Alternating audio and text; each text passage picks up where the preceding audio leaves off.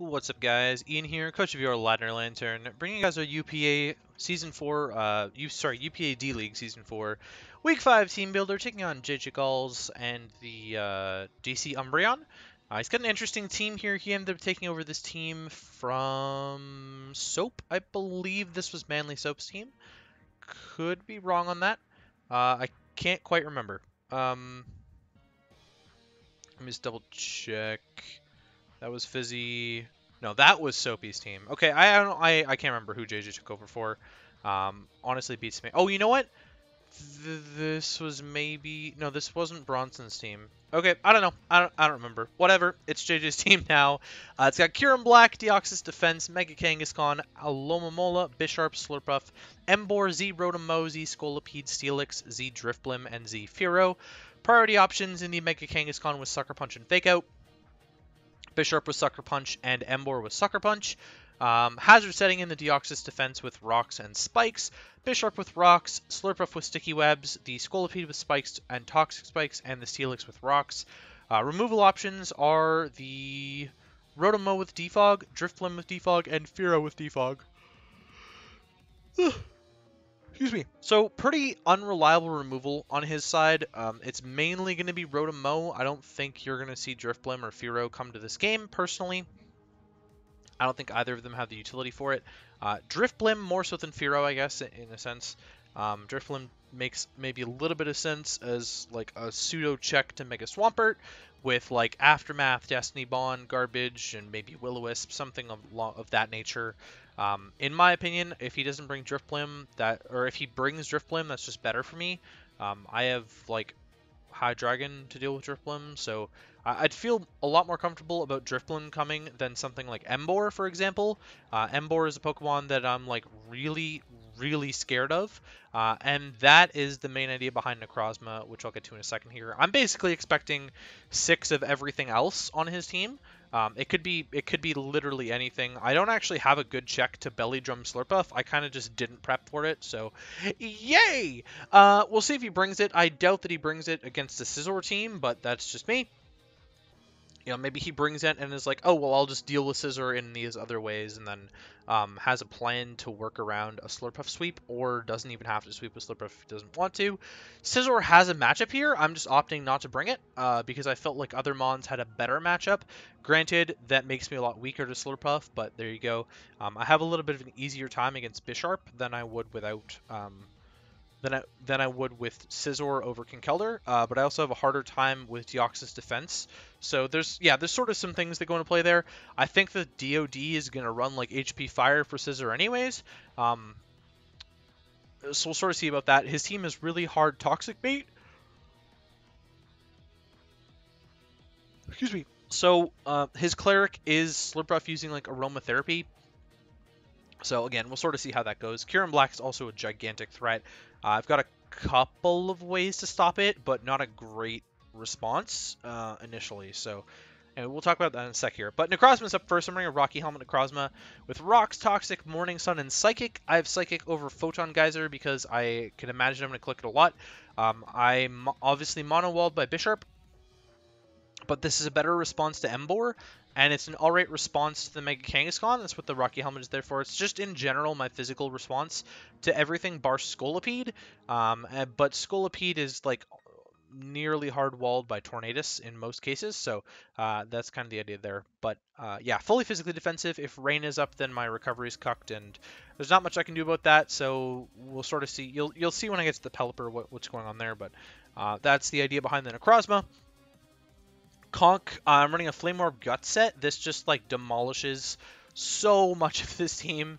Having a Guts Flame Orb set just means that I can switch into a Alomomola completely freely every single time. As long as my Flame Orb's procced, then I'm totally Gucci. This has a lot of power, and he doesn't have a lot of good ways to stop this. With Rocks up, I do a hell of a lot of damage to Kieran Black with Mach Punch, so aim is to get Rocks up at some point because he doesn't have good removal options. Just chip his team down a little bit, and then hopefully maybe just like clean with Mach Punch on Conkeldurr. Mach Punch, Drain Punch, Facade, this is definitely enough for his entire team. Obviously, Steel types are like the one thing that would resist, Steel and Rock are the things that would resist fighting, or sorry, normal, and can counter coverage both of those with fighting stab. I'm actually hard walled by Driftblim, which I'm okay with, because I don't think Driftblim's coming. Worst case, I would just click Toxic against it anyways, and then sit there and Toxic stall it out, I guess. Yeah, Driftblim can't really touch me, but at the very least I could Toxic it and then like switch into Hydra. You know, he could like Acrobatics or something, but Driftblim's kind of weak, so I wouldn't really anticipate anything of that nature. I can semi-take a hit from Emboar with this. Most likely will not like switch this into anything bar Alomomola. Maybe Kangaskhan, maybe, but probably not. Maybe Deoxys, maybe. I'm not entirely sure on that one either. But that's the idea behind Conk here. Just max attack, adamant, max HP. Excuse me. He doesn't really have a Trick Room option on the team. He's got some Pokemon that would function well in Trick Room, but there's not really a setter. Driftblim might get it. I'm not entirely sure, but it's kind of a weird team in terms of speed tiers. Lots of stuff bunched up in the 90s, and then there's like a bunch of stuff in the 70s. It's just sort of mid-range on the speed. I'm not sure. Hydreigon's next. I'm running a workup set. So this will boost my attack and my special attack. I'm not using my attack for anything, but it's a setup Hydra with Draco, Dark Pulse, Workup, and Roost, and Darkinium Z. So this is a nice way to break through the Deoxys defense. I can always work up with my Hydra against the Dio and be fairly effective there. Deoxys does get Ice Beam, which is what I would anticipate as coverage for the Hydra here, because Ice Beam also hits a bunch of other stuff on my team. But yeah, Dio can sit in front of quite a lot of things, so having a setup variant of Hydra just helps out a little bit there. I'm running enough speed on Hydra for Kyurem Black. So if he's not running a Scarf Kyurem Black, then I can outspeed that as well. And +1 Draco is going to dent quite a lot of this team. I'm also mono-walled by Slurpuff with this, which is, again, it's a problem. You know, I have not really prepped for Slurpuff very well.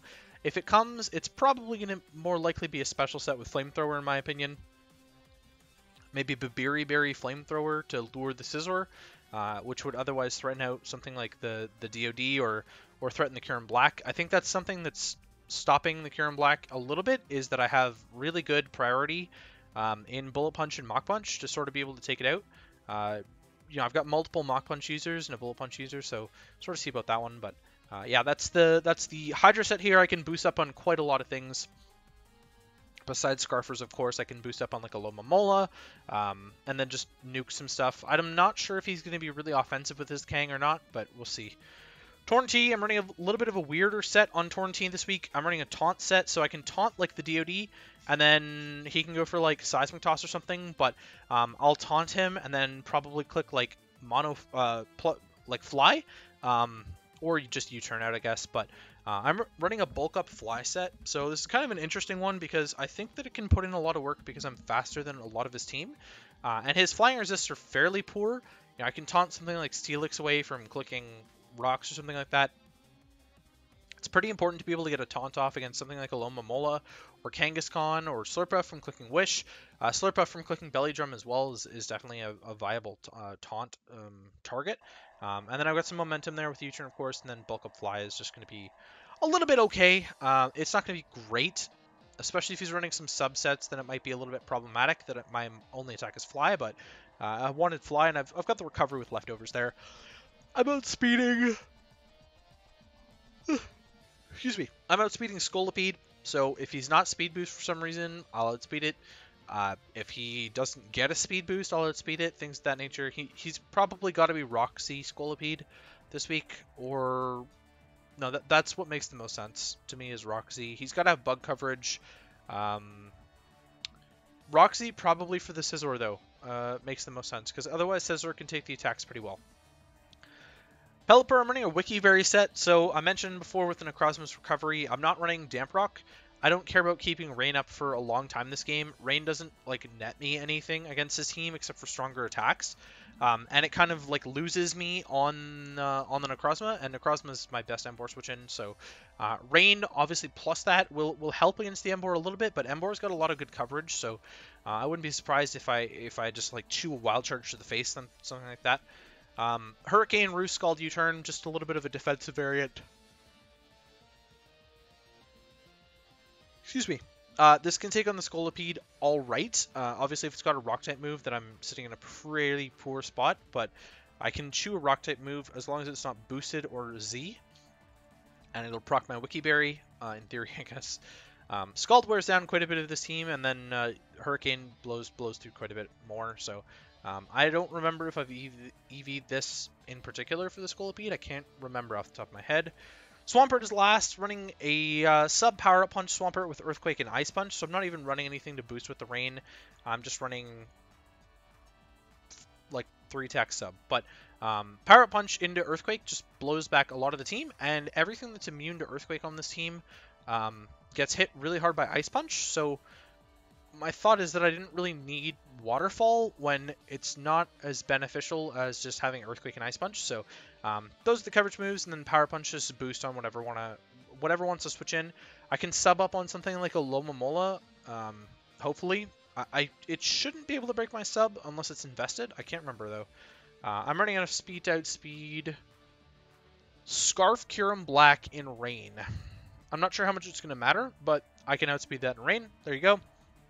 I'm running Damp over Torrent on purpose for... I think this works on Aftermath. Yeah, it works on Aftermath, so if I'm in regular form, I can stop myself from taking Aftermath damage from Drifblim. Yeah, so this is intentional that I'm doing that. And I can't remember if Steelix can explode or not. I don't remember. I didn't realize it works on Mind Blown too. That's really cool. I knew it worked on Aftermath, though. That's the intent of bringing Damp over Torrent. And also because I don't have a Water-type attack in the first place, Damp just makes more sense in general. In terms of what I'm not bringing, Scizor, you heard me talk about Scizor multiple times throughout this video. I think Scizor has a matchup here. I'm just opting to bring Conk over Scizor. That's kind of where it is in terms of that. Or, I could be bringing Scizor instead of Pelipper, I guess. I don't really need the rain to do anything, but it's just some nice speed control there. I could be bringing it over Torn, to be fair, as well, but Torn is a really good taunt user in this game. And I think Hydra has really good breaking power, especially for DoD. Amoonguss is actually a really good Kangaskhan switch-in, but Kangaskhan gets some decent special coverage. Things like Fire Blast that threaten with the Amoonguss. There's a lot of Ice Beam users on the team. It's a really good Rotom Mow check, though, so that's something to keep in mind. It just kind of loses to Emboar and Scolipede. So there's a few reasons why I'm not bringing Amoonguss. It's a big problem for Slurpuff, which is why I don't think a Belly Drum Slurpuff is going to come. So we'll sort of see. I think Belly Drum Slurpuff is really risky against the mons that I'm not bringing. So it may have been a choke on my end to not bring those, and then he brings Belly Drum Slurpuff and just wins. I don't know. Gardevoir is not something I considered all that much, but a Scarf set is able to revenge kill a Scarf Emboar for sure, and pick off Scolipede, things of that nature. Gardevoir could have been fun. Even a Calm Mind set could set up on Aloe. Aloe is just like clean setup fodder for a lot of stuff. Heliolisk, I didn't consider that much. It doesn't really have a great matchup here. Electric just isn't that good against this team. Normal's alright, like I mentioned before. Steelix can take hits pretty well, unless I'm running Surf in the Rain or something like that. And then Monferno, I know I brought it last week against Scrappy, but it's kind of a meme. It's a way to beat Kangaskhan, but I've got a better fighting type, so unless I needed the fire typing, which I don't, I'm not really going to bring Monferno when Conk threatens his team a lot more than Monferno would. So that's it for me. Hopefully you guys enjoy. We'll take on JJ Gulls and the DC Umbreon in Week 5.